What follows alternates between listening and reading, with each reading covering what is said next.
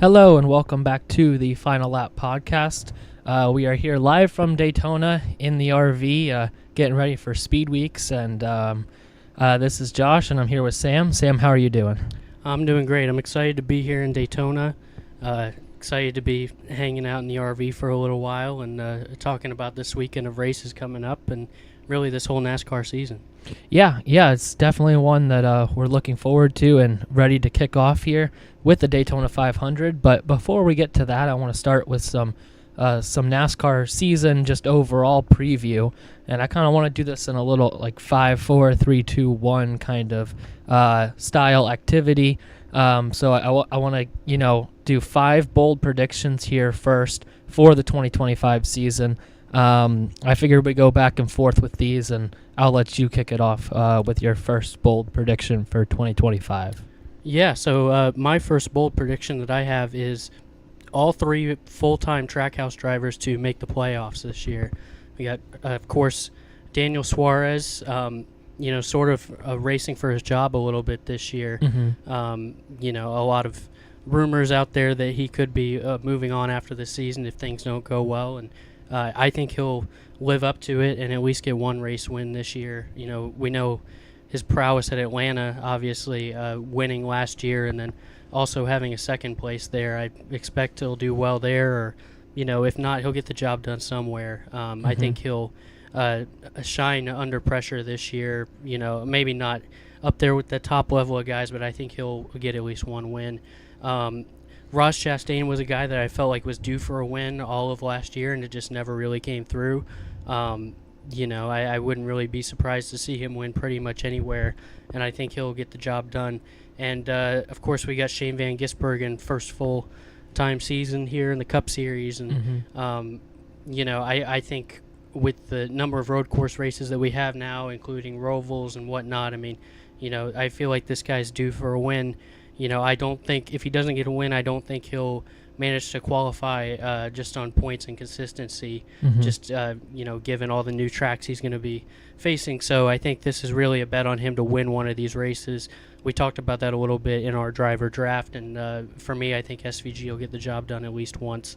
Yeah, similar to, your pick with going with Trackhouse. My first bold prediction for 2025 is that SVG not only makes the playoffs, but he also moves through the first round of the playoffs as well. Like you mentioned, just all of those road courses, going to be hard to bet against him on any of those. And obviously, I think he's got to pick off one throughout the season. But I think, looking for him to make it through the first round of the playoffs, those round of 16 tracks are Darlington, Worldwide Technology, Raceway, and Bristol. A little bit of experience for SVG at those tracks in the Xfinity Series last year. SVG finished 18th at Bristol in Xfinity last season, and he has finishes of 15th and 7th at Darlington there last year, both of these in Xfinity. So I think these oval tracks suit him well in the first round. Obviously, we talk about him with the road courses more than the ovals, but I think he should have a good chance at some solid finishes at those, and I think he'll make it through the first round. Yeah, I'm glad we're in the same boat on that one. Obviously nothing's guaranteed on that one, but I think, we're both in the same mindset that he'll get the job done at least once. Yeah, I agree there. What's your second bold prediction for 2025? Well, I actually think that we're on a similar playing field again here. I made my predictions before I looked at his, but this is another guy that we agree on, and that's Kyle Busch. I think is going to have a big return to form this year. It could potentially, I believe you had him to win 1 race, correct? Get back in the victory circle. Yeah, I'll just touch on that after you go, but yeah, that was one of mine as well. Yeah, I think it's possible, that he ends up with multiple wins this year. He very up and down season last year. There were some periods there for a month or two where he looked kind of lost in the woods, not really, not finding any momentum. But he did have 5 top 5 finishes last year, and had a few races where he was right there at the wire with a chance to win. I really think he'll be up there. He'll be, making it deep into the playoffs and get back to victory lane potentially multiple times this year. Yeah, I had that similar Kyle Busch getting back into victory lane. I wouldn't be surprised if it was more than one race, to be honest. Like you mentioned, last season wasn't the one that Busch or RCR wanted by any means in the second year of their partnership. But with no wins and looking like a non-factor the majority of last season, I think RCR. I think they know that they have to turn some things around if they want Kyle Busch to stay with that 8 team to finish out his career, or at least for a few more seasons. I think that RCR is going to be highly motivated. I think Busch is extremely motivated to get a win as well after going winless last year. I know that's something that he had on his resume that was one of the things that just showed his longevity in the sport and the fact that he was getting it done year in year out. But I think he's going to be motivated to get that win, and I think that might even come this week as well. Yeah, that's something I was going to mention. Is he's the pre-race favorite coming in this weekend, even having not won a race last year. Of course, he has a storied career before that, a lot of wins, one of the best drivers of his generation. So in that sense, it's not a surprise. But yeah, I obviously wouldn't be surprised to see him win here this week. And I think he's not going to go out quietly. Yeah, that's for sure. He's going to come back. He's got at least one more season in him where he's one of the top contenders and winning a couple races. And I think this season could be the year. Yeah, definitely agree with you there. Well, I'll go next with one of my 2025 bold predictions, and that's that one of the front row motorsports cars will make the playoffs.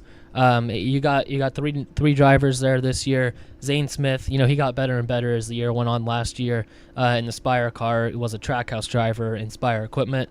But I think he just continued to improve as the year went on. Todd Gilliland entering his 4th season with the 38 team. I think this is a kind of a prove-it year for him to stick around with that team and to prove that he deserves a seat in the Cup Series. And he's a guy who's gotten better every year as well on that car. It might not be huge improvements, but he's definitely slowly improved.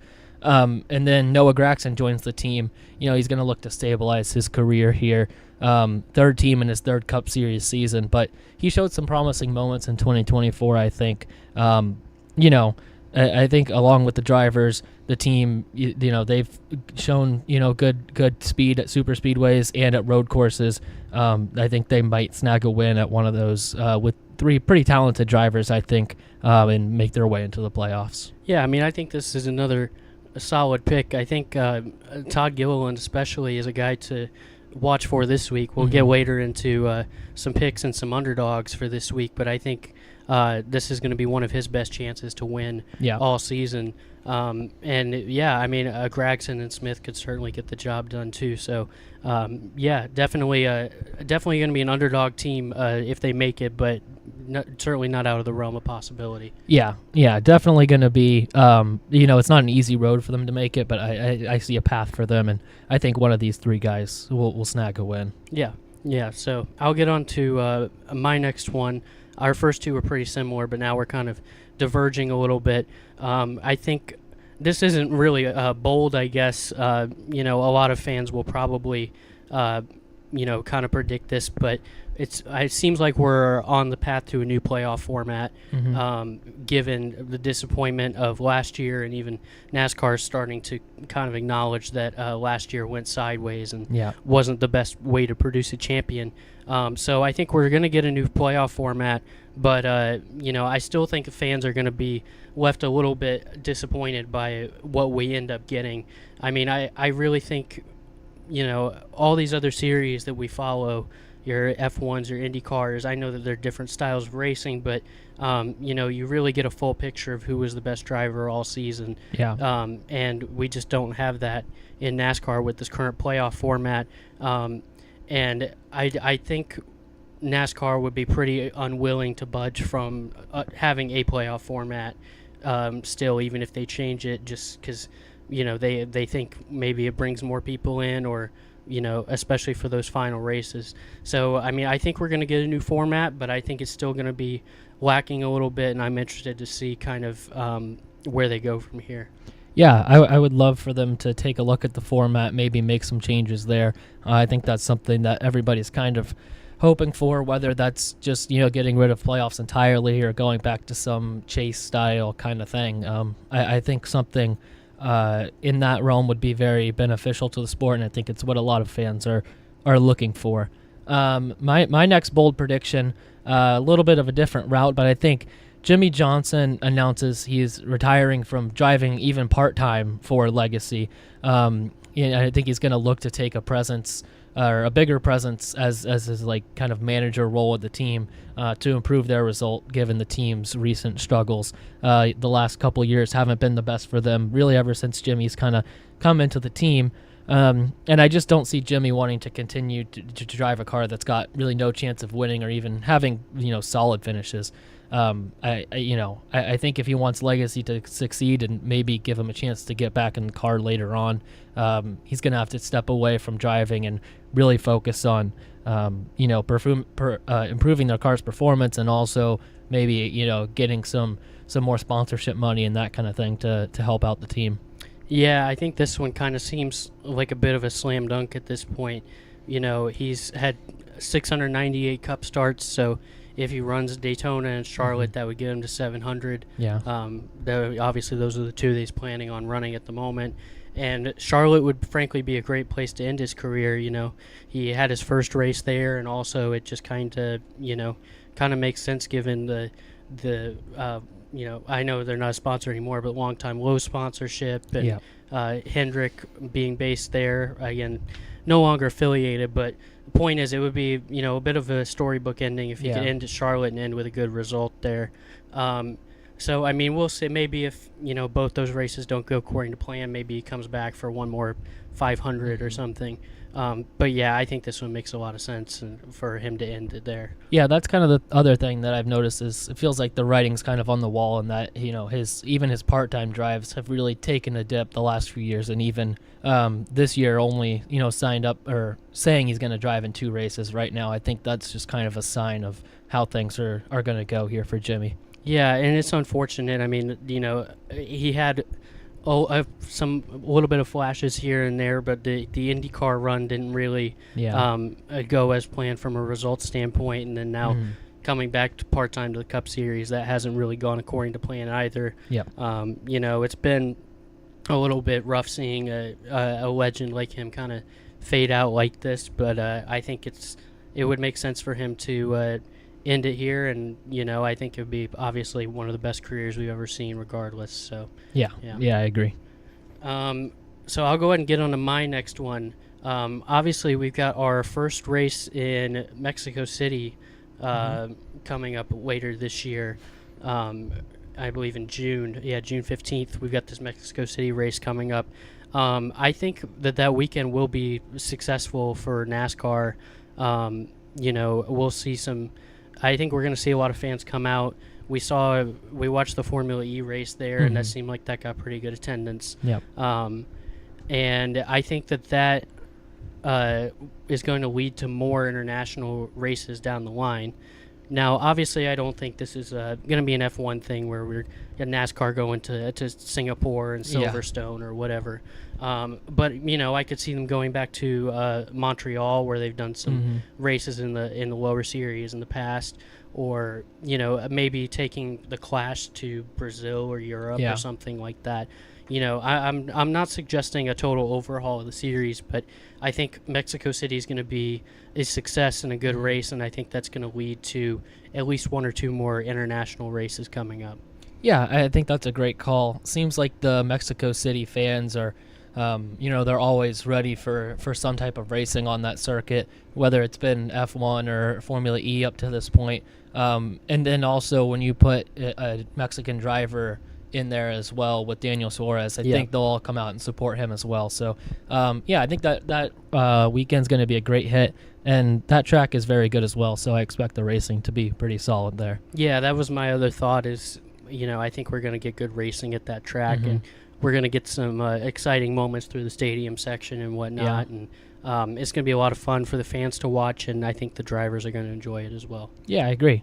Moving on to my last, big, bold take for the 2025 season. I think Connor Zilisch wins the Xfinity Series championship in his first season, and announces he's moving up to Cup for 2026. Zilich has quickly turned into one of, if not the biggest rising star through the NASCAR ranks. You look at some guys in Xfinity and trucks, and they've been there a couple years. I don't expect that to be the case for Zilich. And, he finished his 2024 ARCA East season with 4 wins, a Truck Series pole position at COTA, and then also that Xfinity win in his debut at Watkins Glen. So I just think there's a lot of hype, a lot of buzz surrounding Zilich right now, and I think all these teams are going to be pretty eager to get on that bandwagon, pick him up, and get him started within their organization very quickly. I know right now he's a Trackhouse development driver. I think we might see something there where Trackhouse, I don't know if they'd add a 4th car, but they swap out one of their other guys and move Zilich in. I think we could see that next year. Or if not, I think someone else will pick him up because they see the talent that's there, and they don't want to miss out on that. So I have Zilich moving up to the Xfinity Series, or moving up to the Cup next year. Yeah, I mean, I like this pick. I think, it's a heavy lift to come in and win Xfinity in year one against a lot of not only good prospects, but a lot of veteran drivers that are there as well that have had spurts of Cup success and whatnot. It's not an easy task, but Zilich is one of the best prospects, not only NASCAR, but just in motorsports in general that we've seen in a long time. Yeah. Coming in and winning his Xfinity debut, also winning at Sebring and Daytona last year, LMP2. Really just crazy stuff at only 18 years old. And, I think if he does come in and win that Xfinity title year one, I think we're looking at, one of the maybe the biggest rising star NASCAR has seen in a long time. So yeah, I would agree. I would love to see this happen. And, it's certainly bold in that, like you said, he's only 18 and doesn't have a ton of experience in the Xfinity car. But, I think if anyone can do it at that age, it's him. Yeah, I agree with that.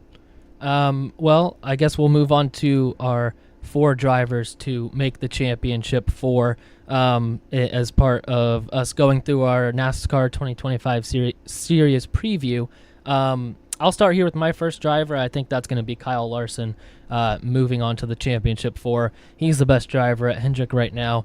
Hard to see him not winning at least 3, 4, 5 races in this season. I expect him to be a little bit better in the playoffs too in 2025 compared to last year, where he had in the 2024 playoffs. Nothing terrible, but I expect those top level finishes, even if they aren't wins, to rise up and be a little bit better throughout the 2025 season. So I have Larson as my first championship 4 driver.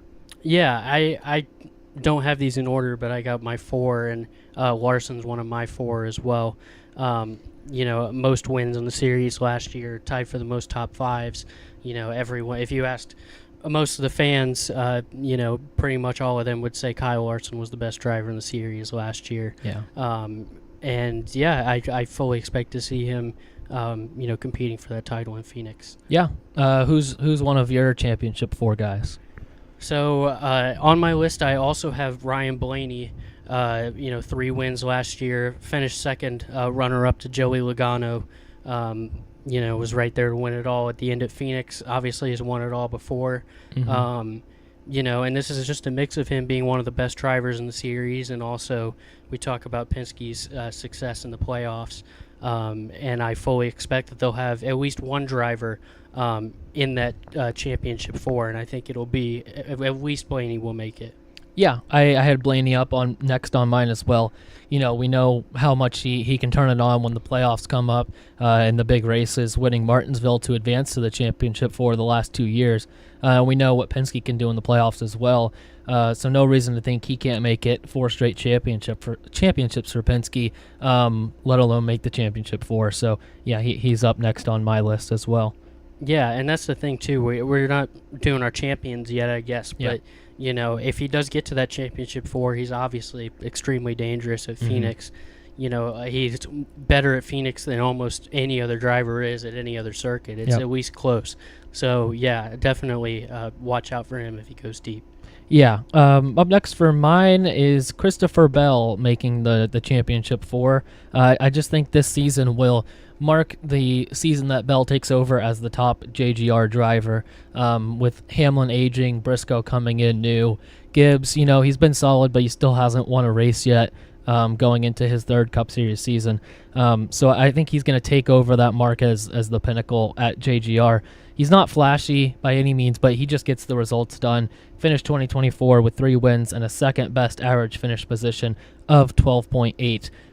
So if he gets the wins up just a hair, maybe to 4 or 5 wins, he's going to have that consistency definitely in there as well.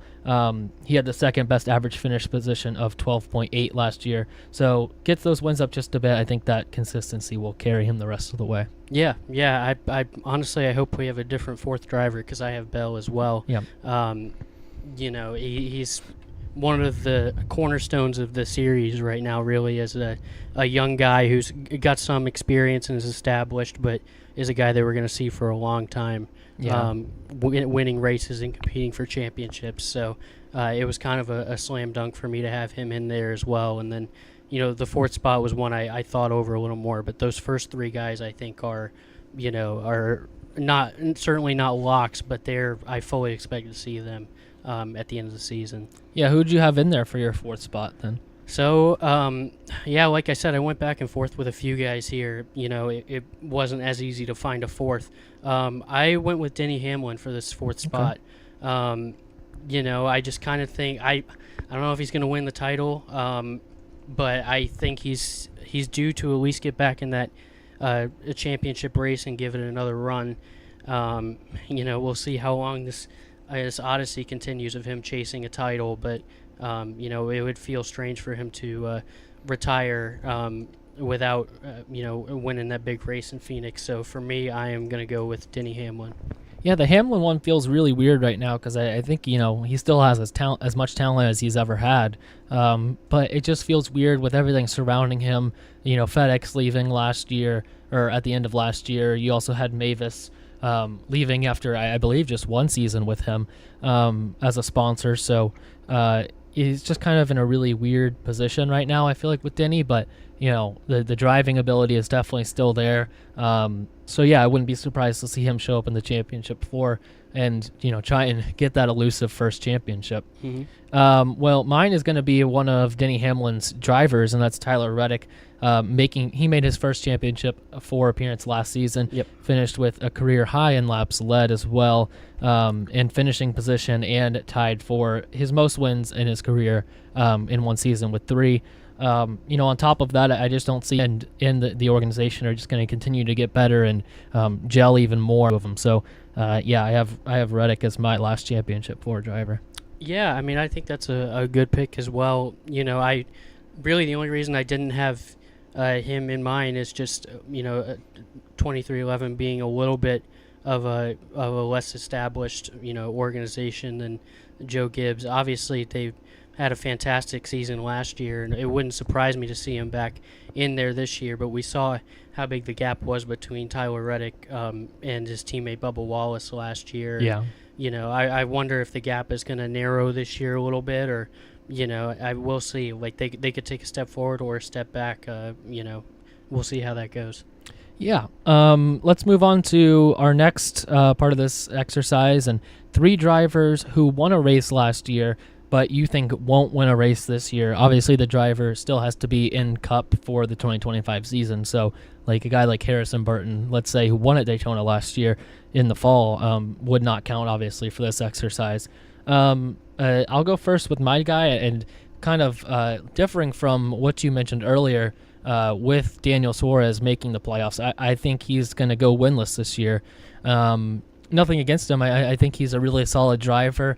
But his one win last year came at Atlanta, which was a great win and one of the closest wins in NASCAR history. But it was at a super speedway style track where the level of talent is diminished a little bit in determining who's the winner. I still think he's a really talented guy, but something last year, other than that win with him and Trackhouse, just seemed a little bit off compared to to what we've seen the couple years prior. So I just think Daniel Suarez is going to go winless, and I think that, him going winless, and I think he might move on from Trackhouse, and that might open up that spot for Zilic maybe if Trackhouse is looking for that.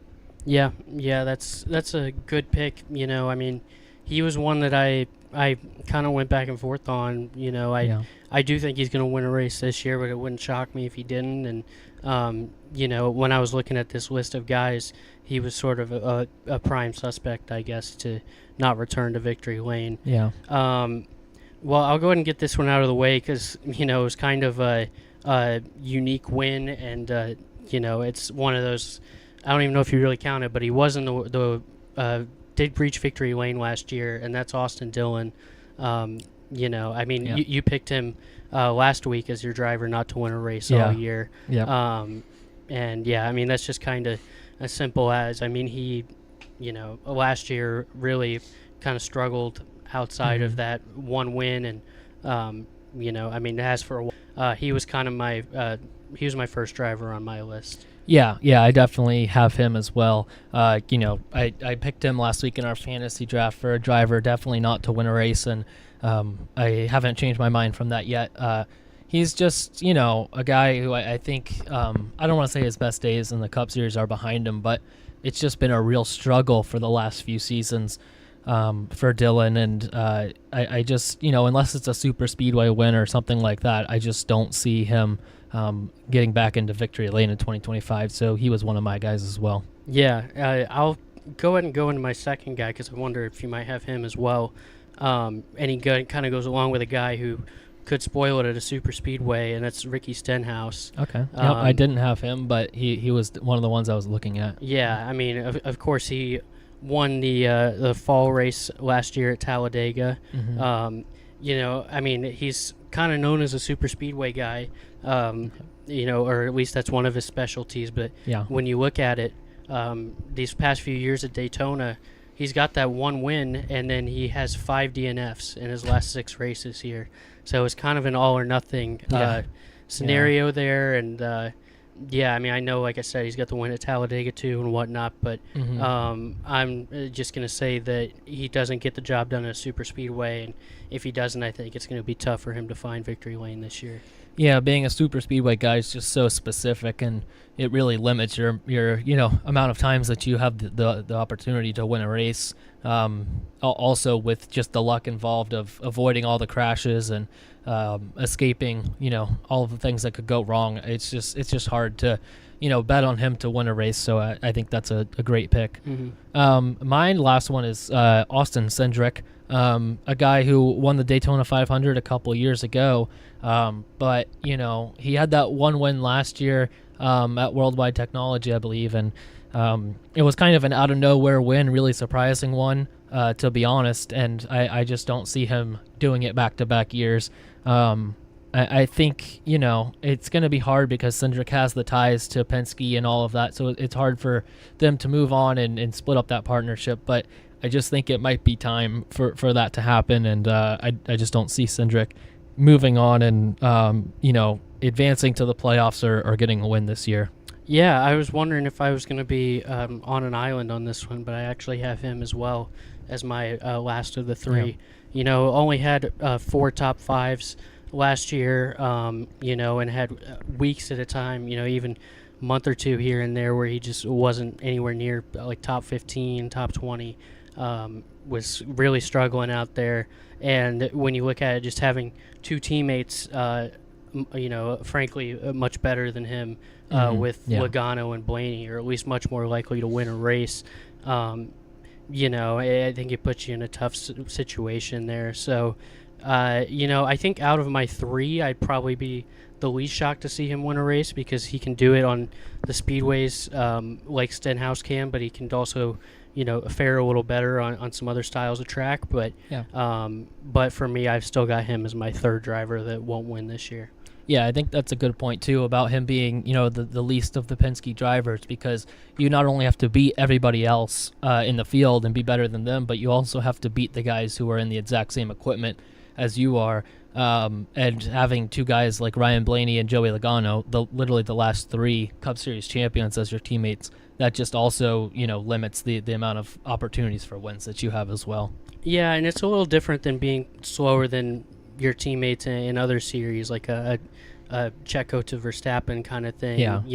Because the field's so much bigger, and like a race like Daytona, 10, 15 guys could get taken out at once. So it's a little bit different scenario than that. But yeah, I mean, having to outrace those 2 guys every week, let alone the other 35, 40 guys, it's not an easy task. So yeah, that's why I've got him not winning this year.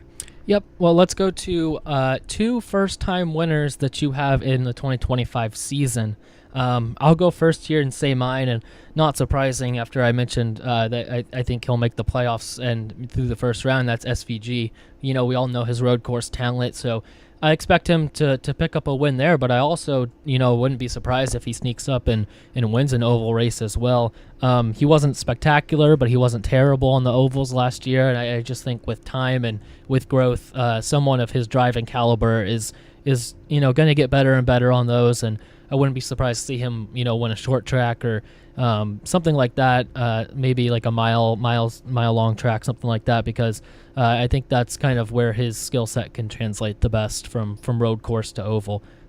So I have SVG winning, probably on a road course, but also maybe on an oval as well. Yeah, I mean, I think his skill set can translate really well, like you said, and it's probably going to take him a little time to get used to it, but, certainly something later in the season maybe where he could get a non-road course win. I could see that. My first pick for first-time winner in this coming season is Carson Hocevar.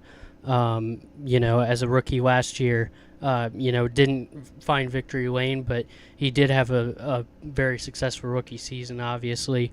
And yeah, I mean, I just think, a lot of the drivers in the series have managed to win a race. A talent like him, I think, will get the job done sooner or later. Even if it's not this year, it won't be much longer. So Hocevar is my first-time winner this year. Yeah, I think that's a great one. I was thinking about Hocevar. I actually ended up going with Noah Gragson as my second one, just because I said one of the front row guys will get into the playoffs, and I think Gragson has the best chance at doing that. I think he's the most talented of those guys.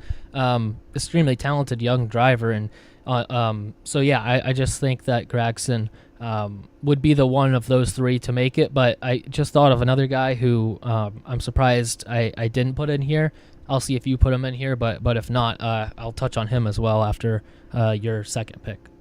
Yeah, so, my first pick here, or my second pick, to win for the first time this year is a little bit of a cheat code, because he's technically won a race, but it's not a points race, and that's Ty Gibbs.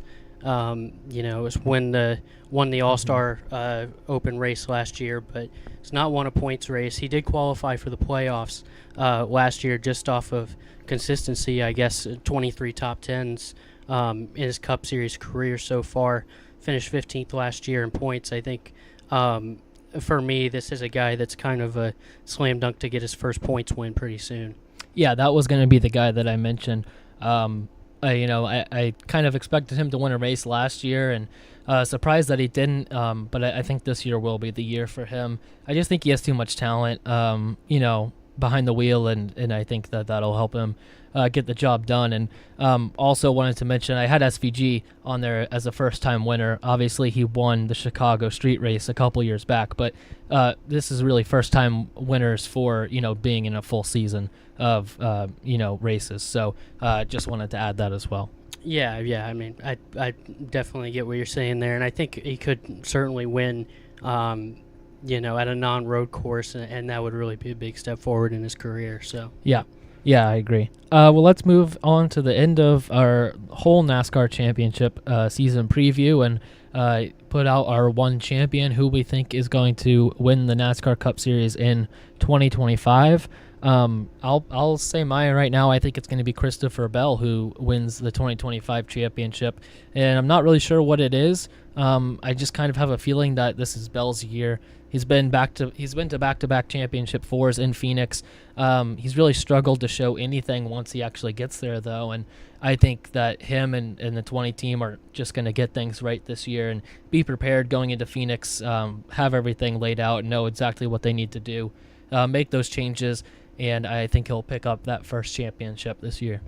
Yeah, it's funny when you said that. I thought about changing mine because I put Bell as well, without Nice. even seeing yours. I think I kind of had the same feeling, honestly. That he's one of the best drivers in the series, and even though he technically, out of my championship four, he technically has the worst results at Phoenix. It's still not bad, and I still think of him as a pretty good, a short to medium track guy. So it wouldn't surprise me at all to see him win there. I think if it wasn't going to be Bell, it would be Ryan Blaney, just for his, I think he'll make that Final Four, and then his prowess at Phoenix. It makes sense for him to end up the champion. But, since I put that pick down, I wasn't going to change it. I went with Christopher Bell, a guy who's won some races and shown he can be the top dog, but also have a consistency that some of the other top guys don't have. So, yeah, he's my winner. Yeah, I just think with Bell at Phoenix, like you mentioned, he hasn't had the greatest track record there by any means. But I just think it's his time, and his team's going to figure out what has went wrong the past 2 seasons there, make those changes this offseason, really be preparing throughout the whole season in a way that they expect to be in Phoenix. So they'll make those changes. They'll try and figure out something, hopefully, in the spring race there, and get everything dialed. And then I think once fall comes, it's just hard to keep a guy with that level of talent down for so many times, and to give him his third chance at it now at Phoenix. I think he's going to learn from everything and make those changes. And I see him. It's just some feeling that I think I have, and obviously I think you have it too, that it just feels like Bell's kind of year this year. Yeah, and I mean, we've seen him really grow these last few years. He's been at Joe Gibbs Racing for 4 years now, and has kind of, I don't want to say gotten better every year, because technically 2022 is his best finish, but more top 5s, more top 10s, even better consistency on top of the last 3 years he's won multiple races every year. So I think we can definitely at least count on him to be there at the end, and like you said, I just kind of feel like it's his turn to get the job done. I fully agree with that. Let's move on to our Daytona 500 specific preview. Obviously, being here in Daytona to start the season, you could just feel the energy out here, and everyone's ready for the races to start and get going. And we have the duels tonight, so that'll be pretty exciting as well. But with some less than top of the line names winning Daytona, let's say since 2020, until Byron won last year. Even Byron, I wouldn't consider, he's obviously one of the best drivers. I wouldn't consider him a superstar of the sport, though. Do you think we get a big name winner this year, or do you think we're on for another underdog kind of champion? Yeah, so I mean, we'll get to our official prediction later. But my official prediction is a big name, one of the biggest in the series. But at the end of the day, nothing would surprise me in this race. I mean, we've gone to this race a few times, and we've been watching it our whole lives, and we've seen all kinds of drivers win from champions of the series, some all-time greats, all the way down to guys who have kind of only won this race, and that's pretty much their only mark they left on the series. So nothing would really surprise me at Daytona. I mean, it really feels like, not every car in the field can win this race, but definitely a lot more than pretty much any other. You could tell me like 30 or so cars end up winning this race, and, I wouldn't be shocked. So, that's kind of where I'm at. Is my official prediction's a big name. It's kind of tough to just pick an underdog out of thin air and have that be your prediction, but I would not be shocked at all to see a guy come out of the blue and win this one. Yeah, that's exactly what my thoughts were. I wouldn't be surprised at all if you had a Trevor Bayne type winner or something this year again. I wouldn't say Ricky Stenhouse or Michael McDowell or whatever have been, a real Trevor Bayne kind of career, but they've, relative to, say, being one of the top names in the sport, they're definitely closer to, I guess, what Trevor Bayne would be. Just in the general, sports kind of consensus and conscious out there of, guys, people that don't typically tune into NASCAR, hearing some of their names, they probably don't know who they are, versus maybe a Kyle Larson or a Chase Elliott or Denny Hamlin or something. They would know who those guys are.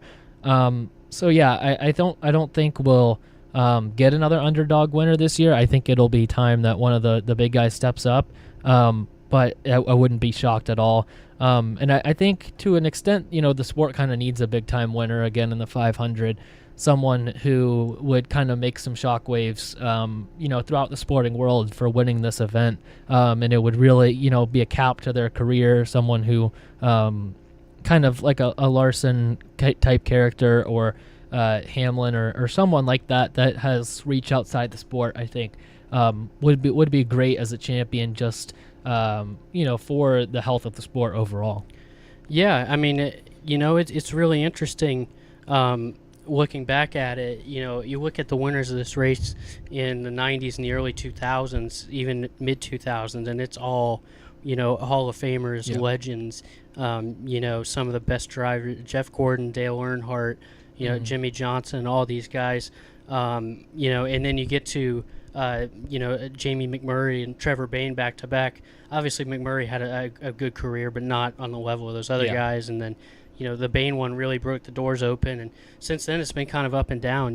We've seen stars win. We've seen guys come, from out of nowhere to win this race. So, yeah, I mean, I think it's safe to pick a big guy. And I agree with you that we're kind of due, for a really big name to win this race. But nothing would surprise me. Yeah. Well, speaking of, underdogs and some guys that might surprise you to win the 500, I kind of wanted to throw out 3 underdogs that we each had that, what we think have the best chance to make their mark this week and win the 500. I'll go first here with one of my guys, and that's Bubba Wallace. And you might not think of him as, a typical underdog in that sense of being on the level of like a McDowell or a Stenhouse or something like that. But he's, not usually talked about on the front page of guys that you would expect to win as well. And I just think if you look at his super speedway results specifically, he's, one of the best in the business right now. Of full-time drivers since the beginning of the 2022 season, he has the 3rd best average finish on super speedways at 15.4. So he's a guy who's always up there. I feel like every super speedway we get, he's, in contention to win. And I think it's going to be no different this week. So, things can go many different ways in the final laps at Daytona, and it could easily go his. Yeah, I mean, I've got my 3 here, and they kind of are, the first guy is not even really. He is an underdog in the sense that, I looked at the official odds yesterday, and he's tied for 15th for best odds, which is kind of on the edge of underdog territory. But, he's a Hendrick driver, and he's had great results here, so it kind of surprised me that he'd be that low, and that's Alex Bowman. Yeah, I looked at him too as well. Yeah, he finished 2nd here last year and 5th the year before. And he has 4 top 10s in the summer race as well. Obviously last night was unable to, get on that front row or anything. But he is a 3-time pole sitter for this race as well. And I just thought at his odds, he's not the biggest underdog in the world, but I thought he was much further down the board than he should be. No, yeah, if you look at it, from just an odds perspective, I'd say he's definitely an underdog heading into this race. And given those stats and everything to back it up, incredible at Daytona specifically. Wouldn't be shocked to see him win at all. So I think that's a great pick. Here, I got a guy here who's kind of more of a true underdog, and that's Corey LaJoie, and a guy who still has to race his way into the 500 through the duels tonight. Is only driving part-time in partnership with Rick Ware Racing this year. And I know what you're thinking, and, LaJoie's reputation lately has kind of gone to the wayside and been tarnished. But he's still, if he's proven one thing in sports, that he can race on super speedways pretty well. He's, always up there, it feels like, contending for wins, no matter the equipment that he's been in at super speedways. 2 top 5s at super speedways since the beginning of 2022. He puts himself in contention on tracks like this all the time. maybe he has what it takes to surprise us and win the 500 this week. I think it'd be really crazy if that happened, given, how the public has kind of turned, not against him, but, his reputation has definitely changed in the last couple of years. And also announcing he's only running part-time this year. I just think that would be, a really big and interesting kind of moment for the sport. But also, he's got the stats to back it up a little bit. So looking at underdogs, I'd say he's one of them. Yeah, what's funny to me is we only share one of these three underdogs, and it's Corey LaJoie.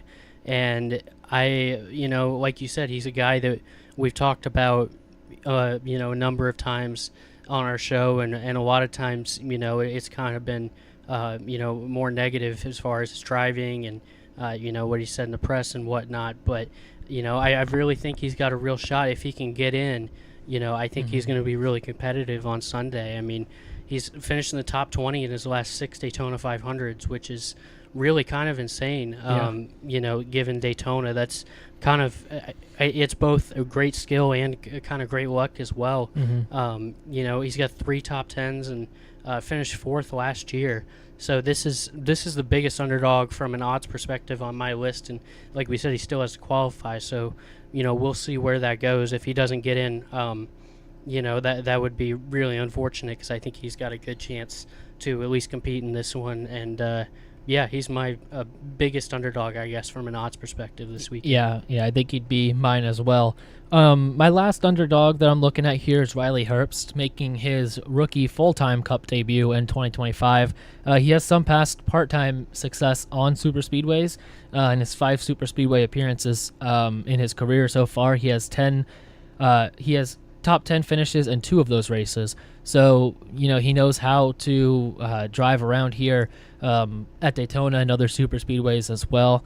And then you watch out for him also, because he's in better machinery now. He's in 2311 equipment, which has proved to be pretty good so far in that organization's short existence.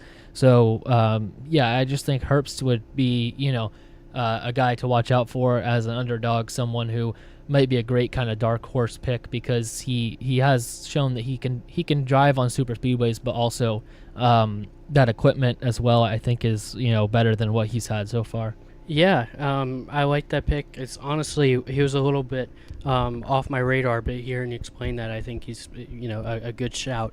For me, my last pick was AJ Allmendinger. He comes in finishing 6th in both of his last 2 Daytona 500s. Both with Colleague, and even before that, his last one before that was 2018, and he still managed a top 10, finished 10th with JTG Daughtry at the time. For me, I think, even going back, obviously a longtime veteran of the series, even 2009, his first Daytona 500 that he finished, he came in 3rd. 2017 at 3rd as well. This is just a guy with a lot of experience, a lot of pedigree, knows how to drive this track, and in this next-gen car, he actually has the 7th best average finish at Daytona. So for me, all the way back at the last time I checked, his odds were plus 5,000. I mean, I think that's obviously not gambling advice, but that's a good a shout for an underdog. Yeah, the Dinger, I think he's has plenty of experience on super speedways. He's had a long career, and I wouldn't be surprised at all to see him racing near the front come the end on Sunday. Well, let's move on to the next thing here. And do you think that there is a chance that we get a winner who has already won the 500 win for either the 2nd, 3rd, 4th, whatever time it may be? The past time winners that are racing again this week are Logano, Hamlin, Dillon, McDowell, Cindric, Stenhouse, Byron, and Jimmy Johnson. Do you think that any of these guys would be considered favorites to win this event again? Yeah, I mean, this kind of goes back to what we were saying earlier about I think anything's possible at the 500, and that's one of the many things we love about it. I think for me, you look at this list, I think McDowell and Stenhouse are both great underdog shouts as well. I didn't include them in my underdogs because I was kind of looking for guys who hadn't won this race before, felt like they would be better suits for the underdog category. But McDowell and Stenhouse are great as well in that category. And then you've got Cindric last night qualifying on the front row, clear that they have good pace. And you've got guys like, Jimmy, unfortunately, I think it would be a long shot to see him win just given his equipment circumstances and, a little bit past his prime. But, this class of Logano, Hamlin, and Byron, I think, are all good shouts to win this race. And, they're among the odds favorites for a reason. Yeah, to me, the fact that this is a list of guys that are racing in the 500 that have won it before is kind of shocking. It kind of goes back to what we were talking about earlier as well with NASCAR. I think they need a Larson, Elliott, Hamlin, Blaney kind of driver to win this event, because I just think moving on to the next generation of drivers, I feel like none of those guys. Hamlin, obviously not the next generation, I'd say, but the Larson, Elliott, Blaney kind of camp are guys who are going to be the faces of the sport for the next probably 5 to 10 years. I think you need one of those guys to be a 500 winner and kind of carry that with them as part of growing the sport. So I wouldn't be shocked if one of these guys that I listed wins again, especially Hamlin, because of his history at this event, 3-time champion of the Daytona 500. Wouldn't be shocking at all to see him win, but I think one of these guys could obviously win, like we touched on before, the 500 being kind of its own animal. But I think looking at it, you kind of need someone like that to win this event. Yeah, I'm with you. I think it would be great for NASCAR to see one of these up-and-coming guys win this race. One of these guys, like you said, that you're trying to establish as a star of the series. If this is your, even out of the Big Four, if this is your main crown jewel event, which it is, you need somebody like that to come in and win it. Having sort of random winners every year, really kind of, I don't want to say hurts the credibility of the race, because I'll always, me and him, and I'm sure a lot of other people will always fight for the credibility of this race. It takes a lot of skill to win, and it's not easy. But seeing guys who are further down the standings, and not the highest pedigree in the series win this race, it kind of can hurt its reputation amongst when you compare it to other series and whatnot.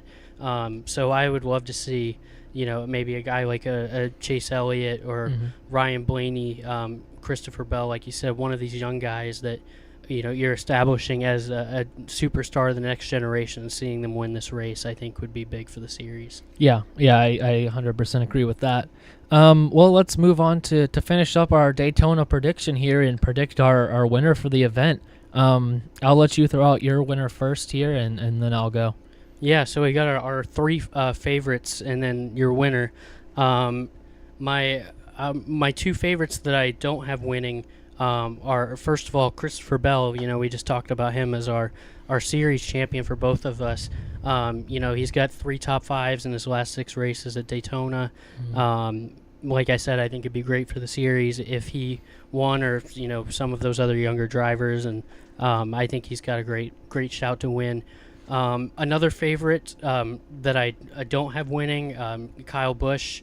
4 top 10s in his last 6 races at Daytona, and it feels like he's kind of due for this win. He's talked about it, the media's talked about it, and we've talked about him just being due to win a race this year. Yeah, it could very well be this one. But then my official pick, I'm gonna go right back to where last season left off, and I'm gonna go with Joey Logano. He's led the second most laps here the last few years, and has the second best average start. And I think he's just really reliable on this track. He's one of the favorites for a reason this weekend. And even though there's a lot of other guys here with a good pedigree at this track, I think he's going to be the one that ends up in victory lane. Yeah, I think that's a great pick to win. For my other two, favorites that aren't going to win, I would just say any Ford drivers. My predicted winner is not a Ford driver, but I just think that the Fords have looked really good in the past at Daytona in this next-gen car, and then also last night in qualifying as well. Looked really good. We'll see how they do in the duels tonight in more pack style, but they've shown that they've been very capable in that style as well the last couple years of the next-gen. So I think the Fords are definitely, ones to watch out for. But my predicted winner is going to be Kyle Busch. I think he's finally going to get that first Daytona 500 that he's waited so long for, and shakes off a winless season from a year ago and in crazy fashion. Really, puts his name back on the map. And not saying he's going to go after a championship or anything this year, but I think that he'll start the season off in a great direction after last year, which was probably the worst of his career. He, just his stats at Daytona back it up too. He has an average finish at this track among full-time drivers of 9.3, and he was one position away from winning here in the fall last year as well. Got passed by Harrison Burton on the last lap, but he definitely has a feel for this place, maybe more than anyone who hasn't won this event right now. So yeah, I just think it's going to be Busch's time, and really kind of redeem himself after last season. Yeah, I mean, and he's won pretty much everything you can win in NASCAR except for this. Yeah. Won the series, he's won the Southern 500, Brickyard, Coke 600. He's done everything you can do, and I think this is the final, jewel in his crown. Like I said, even though he's not my official pick, he's right up there for me to win this race. So yeah, that's a great shout. Yeah, well, that's all for, the Daytona 500. We'll wrap up here with just some quick other racing stuff for the weekend. The only other series running will be Formula E and Jeddah, a double hitter. We'll just throw out some predicted winners here real quick before we wrap up. But they're going to a new circuit in Saudi Arabia in Jeddah. It's a variation of that track that F1 races on we've seen for the past few years. Not going to be the full circuit, but a slightly modified version of it. For my predicted winners there, though, I'm going to say that Porsche double up the weekend. I'll say DaCosta takes the first race, kind of extends his championship lead, and then gets his first win of the year as well. And then I'll say Wehrlein will win race number 2, trying to close that gap to his teammate that's been created with Wehrlein's DNF once this year already. So I think it's going to be Porsche back-to-back, getting their first wins of the season, even though they've looked like really the dominant car so far. But, I just think those guys are due for their wins. Yeah, I had it pretty similar. I think that first race, frankly, this is a new track for Formula E. And, it's a little bit difficult to, kind of predict when we don't have a past history there. But I also really like both those guys this weekend, Wehrlein and DaCosta. Wehrlein started the year with back-to-back poles, but hasn't been able to convert. I just think he's due for a win. Obviously, series champion last year. And then DaCosta as well, second in both of his first 2 races. Right there knocking on the door. I frankly, I was kind of right there with you, with those 2 guys being my favorites for the weekend. Yeah, I think that Porsche has proven so far that they're the best car out there in Formula E this year, and definitely wouldn't be surprised to see them take one or both of the wins this weekend. I think we might be the only guys in the middle of Daytona, in the middle of Daytona Speedway talking about Formula E right now, but we touch on them. We cover them as well, and we like watching the racing. So definitely worth mentioning, even though this was really a NASCAR-centered episode today. Yeah, I'll have to see if we can get a little crowd of people around the TV watching the Formula E in the infield here. Yeah. But that's about as far different as you can get Formula E in the Middle East, and then the Daytona 500. So. Yeah. But, we're covering a little bit of everything, so. Yep. Well, that's all for this episode. Hopefully you guys enjoyed the kind of live video version for the first time, getting the kinks out here at Daytona, and, just having fun on the grounds in the RV and having a great time in the infield. So. Yeah, thank you guys for joining us for the first live episode, like you said.